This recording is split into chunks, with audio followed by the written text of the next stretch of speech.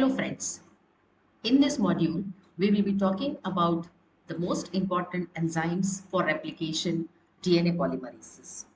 We will discuss about the reaction catalyzed by them, the mechanism of action at the active site pocket, and the activities which are catalyzed by DNA polymerase.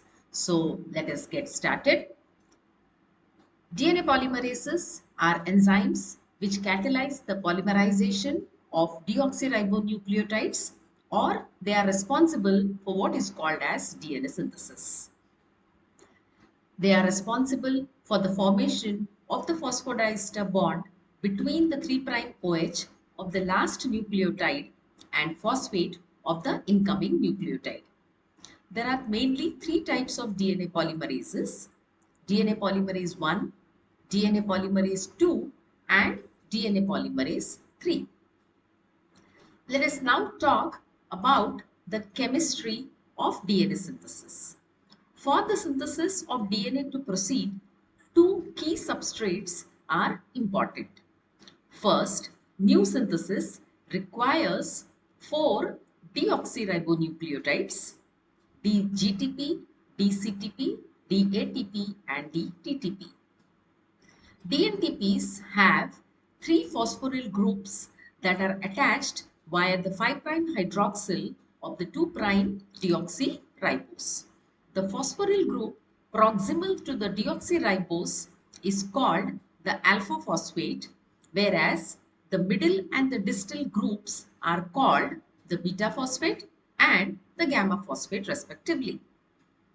The second important substrate for DNA synthesis is a particular arrangement of single-stranded DNA and double-stranded DNA called the template primer junction. As the name suggests, the template primer junction has two key components. The template provides the single-stranded DNA that directs the addition of each complementary DNTP. The primer is complementary to but shorter than the template. The primer must have an exposed 3' OH end adjacent to the single-stranded region of the template. It is this 3' OH that will be extended by nucleotide addition. Formally, only the primer portion of the template primer junction is a substrate for DNA synthesis because only the primer is chemically modified during DNA synthesis. The template provides only the information necessary to select which nucleotides are added. Nevertheless, both a template and primer are essential for DNA synthesis. Moving ahead, the chemistry of DNA synthesis requires that the new chain grows by extending the 3' end of the primer, as can be seen in the picture. The phosphodiester bond is formed in the reaction in which the hydroxyl group at the 3' end of the primer strand attacks the alpha phosphoryl group of the incoming nucleoside triphosphate. The leaving group for the reaction is pyrophosphate, which is composed of the beta phosphate and gamma phosphate of the nucleotide substrate. The template directs which of the 4 DNTPs is added. The DNTP that base pairs with the template strand is highly favored for addition to the primer strand. Remember that the two strands of the DNA double helix have an antiparallel orientation. This arrangement means that the template strand for DNA synthesis has the opposite orientation of the growing DNA strand. Let us understand the reaction that is catalyzed by DNA polymerase. The addition of a nucleotide to a growing nucleotide chain of length n nucleotides is indicated by the reaction that you can see on your screen. But the free energy for this reaction is rather small. Delta G is equal to minus 3.5 kilocals per mole. What then is the driving force for the polymerization of nucleotides into DNA? Additional free energy is provided by the rapid hydrolysis of the pyrophosphate into two phosphate groups by an enzyme known as pyrophosphatase. The net result of the nucleotide addition and pyrophosphate hydrolysis is the breaking of two high-energy phosphate bonds. Therefore, DNA synthesis is a coupled process with such an overall reaction. This is a highly favorable reaction with a delta G of -7 kilocals per mole, which corresponds to an equilibrium constant of approximately 10 to the power 5. Such a high equilibrium constant means that the DNA synthesis reaction is effectively irreversible. Let us now move on and talk about the three DNA polymerases in E. coli. Arthur Kornberg discovered the first E. coli DNA polymerase in 1958. Because we now know that it is only one of the three DNA polymerases, we call it DNA polymerase 1. Arthur Kornberg received the Nobel Prize in Physiology and Medicine in 1959. Later, DNA polymerase 2 and DNA polymerase 3 were identified. All of them possess the following biological activities. The first is 5' 3' polymerase activity and the second is 3' 5' exonuclease activity. In this animation, we can see an incoming nucleotide and the attack by the 3' OH of the growing end so as to form a phosphodiester bond, and you can see that the pyrophosphate leaves. The DNA synthesis is catalyzed by DNA polymerases. Most enzymes have one active site that catalyzes one reaction with one substrate. But DNA polymerase uses a single active site to catalyze the addition of any of the four DNTPs. DNA polymerase accomplishes this catalytic flexibility by exploiting the nearly identical geometry of AT and GC base pairs. Remember that the dimensions of the DNA helix are largely independent of the DNA sequence. The DNA polymerase monitors the ability of the incoming nucleotide to form an AT or GC base pair rather than detecting the exact nucleotide that enters the active site. Only when a correct base pair is formed are the 3' OH of the primer and the alpha phosphate of the incoming nucleotide in the optimum position for the catalysis to occur. In the case of incorrect base pairing, no phosphodiester bond is formed by the polymerase.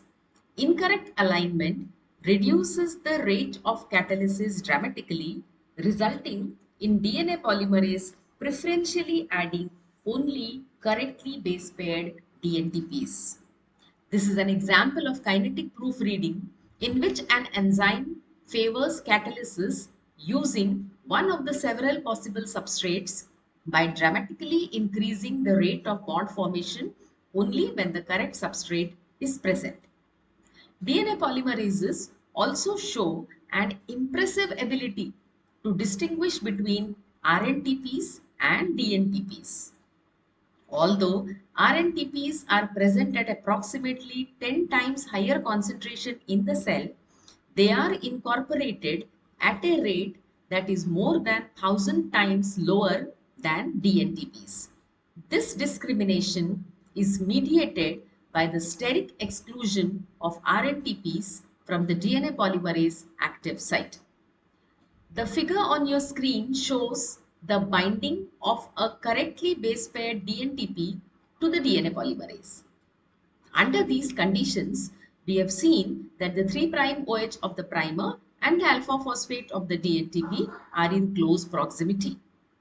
In DNA polymerase, the nucleotide binding pocket cannot accommodate a 2' OH on the incoming nucleotide. Addition of a 2' OH results in a steric clash with amino acids in the nucleotide binding pocket. This results in the alpha phosphate of the DNTP being displaced. In this state, The alpha phosphate is incorrectly aligned with the 3' OH of the primer, dramatically reducing the rate of catalysis. Let us now move on to see how DNA polymerases result a hand that grips the template primer junction. DNA substrate sits in a large cleft that resembles a partially closed right hand, as can be seen in the figure. Based on this comparison, there are three domains in the polymerase. The first is called the palm domain. The palm domain is composed of a beta sheet and contains the primary elements of the catalytic site. In addition to its role in catalysis, the palm domain also monitors the base pairing of the most recently added nucleotides. The second domain is called the fingers domain. This domain is important for catalysis. Several residues located within the fingers bind to the incoming DNTP. The third domain is the thumb domain. In contrast to the fingers and the palm, the thumb domain is not intimately involved in catalysis. Instead, the thumb interacts with the DNA that has been most recently synthesized, which serves two purposes. First, it maintains the correct position of the primer and the active site. Second, the thumb helps to maintain a strong association between the DNA polymerase and its substrate. Let us now move on to discuss the active site of DNA polymerase. In particular, this region of DNA polymerase has two highly conserved aspartate residues. These negatively charged residues bind to two divalent metal ions like magnesium or zinc that alter the chemical environment around the correctly base paired DNTP and the 3' OH of the primer. The metal ion A reduces the affinity of the 3' OH for its hydrogen.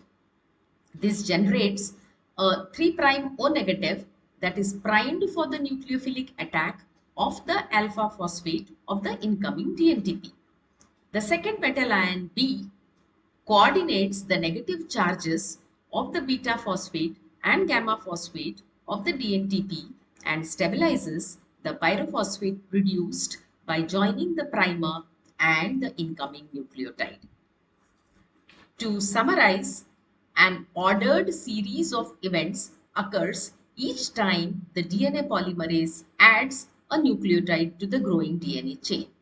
The incoming nucleotide base pairs with the next available template base. This interaction causes the fingers of the polymerase to close around the base pair DNTP. This conformation of the enzyme places the critical catalytic metal ions in a position to catalyze formation of the next phosphodiester bond. Attachment of the base paired nucleotide to the primer leads to the reopening of the fingers and movement of the template primer junction by just one base pair. The polymerase is now ready for the next cycle of addition. A system which is based only on base pair geometry and complementarity between the bases cannot reach the extraordinarily high levels of accuracy that are observed for DNA synthesis in the cell in vivo. Sometimes a wrong nucleotide is incorporated by the DNA polymerase. This mispair is detected by the polymerase. The polymerase removes this wrong nucleotide by using its 3' 5' exonuclease activity. Initially, the presence of a 3' exonuclease as part of the same polypeptide as DNA polymerase made little sense. Why would the DNA polymerase need to degrade the DNA it had just synthesized? The role for these exonucleases became clear when it was determined that they have a strong preference to degrade DNA containing mismatched base pairs. This activity is referred as proofreading, and using this activity, the polymerases degrade DNA starting from the 3' DNA end.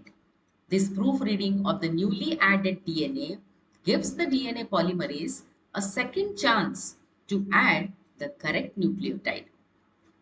When an incorrect nucleotide is incorporated into the DNA, the rate of DNA synthesis is reduced because of the incorrect positioning of the 3' OH. In the presence of a mismatched 3' end, the last 3-4 nucleotides of the primer become single-stranded, resulting in an increased affinity for the exonuclease active site. Once bound at this active site, the mismatched nucleotide is removed from the primer. Once the mismatched nucleotide is removed, a properly base paired template primer junction is reformed and polymerization resumes. DNA polymerases are capable of adding as many as 1000 nucleotides per second to a primer strand.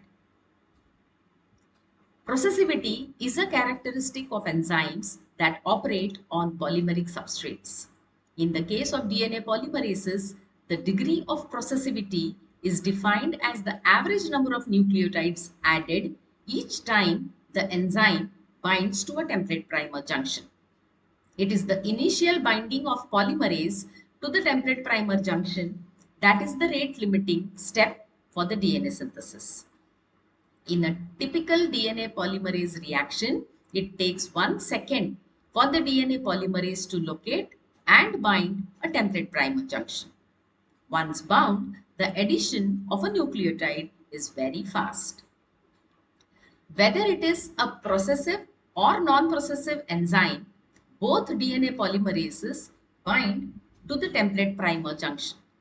Upon binding, the non-processive enzyme adds a single DNTP to the 3' end of the primer, and then it is released from the new template primer junction. Thus, a completely non-processive or distributive DNA polymerase would add one base pair per second. In contrast, a processive DNA polymerase adds many DNTPs each time it binds to the template. The fastest DNA polymerases add as many as 1000 nucleotides per second by remaining associated with the template for thousands of rounds of DNTP addition. With this, we come to an end of this lecture. We have discussed about DNA polymerases, the reaction catalyzed by them, the mechanism of action at the active site pocket and their activities. We have also discussed the right-hand model, the proofreading activity, and the processive and distributive nature of DNA polymerases. In the next lecture, we will talk about the types of DNA polymerases. Till then, thank you.